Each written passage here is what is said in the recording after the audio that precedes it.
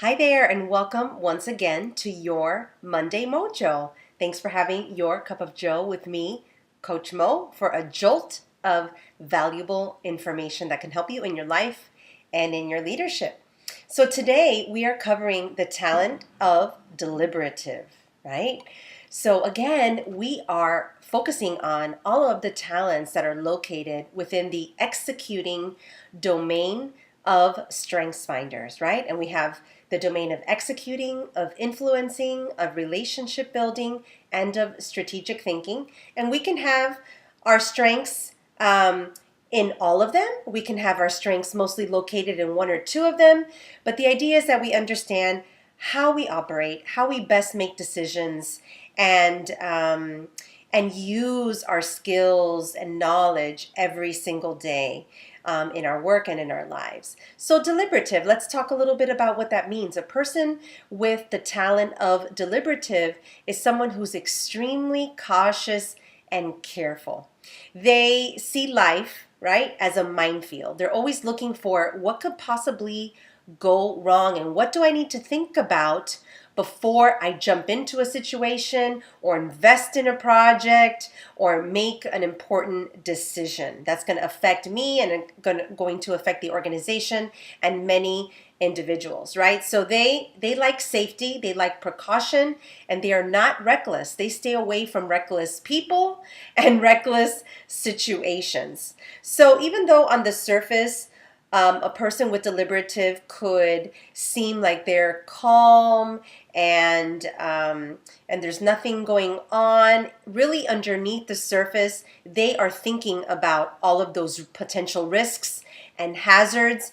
And after listening intently to all the different perspectives and different options and opinions, they're going to bring all of those hazards, potential hazards, to the surface, and they're going to want to talk about it. They're going to walk through every single one of them to make sure that at the end of the day, the right decision is made, right? And the right actions are taken. So you can expect them to bring out all of the risk and want to talk about it. And if you're someone who likes to jump into projects and not really think about all that stuff, there could be a little bit of a clash there, right? So it's important to know this about each other, especially in a team environment. So they're very thorough and conscientious in their approach, especially to making decisions. And they really like to consider all options and look at the pros and cons, right? So typically a person with deliberative, they're going to sit there, they're going to listen to you. You're going to be heard, right? Because they want to know your perspective as opposed to someone who just doesn't want to hear it and wants it their way, right? Maybe a person with belief would not be as open to listening and understanding as a person with the talent of deliberation, okay? So let's go through the quick and dirty of a person who has deliberative. So they enjoy being a person who's very vigilant in observing potential risk, okay? They like to anticipate things that can go wrong. They bring a thorough and conscientious approach to everything that they do. They need time to listen and to think before they are expected to speak, right? They're going to take their time before they tell you how they feel. They love restraint and caution in the face of risk. They hate rushing to judgment, okay? If you want them to be fast and quick and just make a decision, it ain't gonna happen. That's not the way they feel safe and powerful in their decision making, okay? And a great metaphor or image for someone with deliberation or deliberative is a jury, right? If you're on a jury, you need all of the information, all of the facts and figures before you can deliver a verdict. All right? And then the barrier label, right? So maybe someone with belief may look at someone with deliberate as being hesitant, right? They're hesitant. It's the early bird that catches the worm.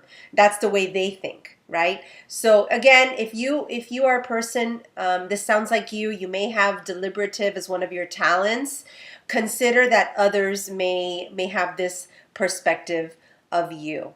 So thank you for joining me. Remember, for the first 34 weeks of this series, we're going to be covering all of the talents that are found within the Strengths Finder assessment. And if you haven't taken it and you're really interested in doing it, you can go to GallupStrengthsCenter.com, take the top 5 talents assessment for just $15. Okay? Or if you want a cheap and easy version, you can go to my website, MoniqueCatogio.com, and I have a freebie there that will give you the tools that you need to try and figure out what your talents are without necessarily taking an assessment. So have a wonderful week, a great Monday, and I'll catch you next week.